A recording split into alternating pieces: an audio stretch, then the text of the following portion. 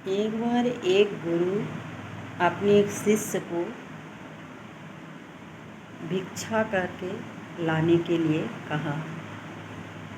उस शिष्य का नाम राजू था। राजू भिक्षा करने गया तो एक तांत्रिक के यहाँ जा पड़ा। तो तांत्रिक ने कहा, अभी सवेरे सवेरे तुमको भिक्षा नहीं है, जाओ, तुम कल सवेरे ही मृत्यु को प्राप्त होगे। तो फिर वो बौखलाए हुए डर से अपने गुरु के यहाँ आया और गुरुदेव से कहा कि हमें भिक्षा मिल गई। गुरुदेव ने कहा, मिला? बोला हाँ। तो क्या मिला? तो गुरुदेव से कहा कि हमें कल सवेरे तक मृत्यु हो जाएगी। तो गुरुदेव ने शिष्य से कहा कि तुम सेवा में लगे रहना, कहीं भी नहीं जाना। तो बोला ठीक है गुरुदेव, हम लगे रहेंगे।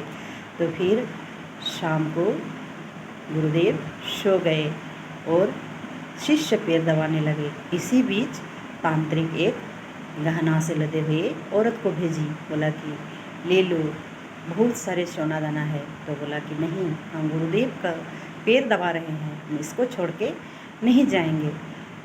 तो फिर वह चली गई। इसके बाद उसका माँ का रूप धारण करके एक औरत आई, कहे आओ बेटा, हमें तुमसे मिलने के लिए व्याकुल हूँ, तुमसे मिलने का मन कर रहा है। तो बोला कि नहीं, मैं गुरुदेव का पैर दबा रही हूँ, अगर तुमको मिलना है तो मेरे पास आ जाओ। तो फिर उसकी माँ भी चली गई। इसके बाद फिर जमराज आ गया।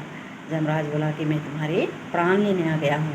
तो फिर बोला कि नहीं, अभी मैं अपना गुरुदेव का चरण दबा रहा हूँ, अगर तुमको ले जाना है तो तुम यहाँ पर आ जाओ। तो फिर जमराज भी चला गया। तो फिर सवेरे हो गया।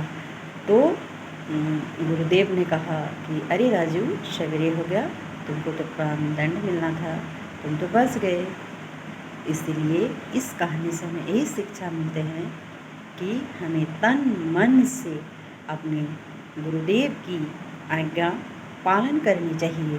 गुरुदेव के आज्ञा पालन से हमें यमराज के मुँह से भी मुक्ति मिलती है, हमें सुसंस्कार मिलते हैं, अच्छे स्वभाव मिलते हैं, समाज के कुछ कर दिखाने की ताकत मिलती है। इसीलिए प्रत्येक शिष्य को एक सद्गुरुदेव होना बहुत ज़रूरी है। जय हिंद, जय भारत।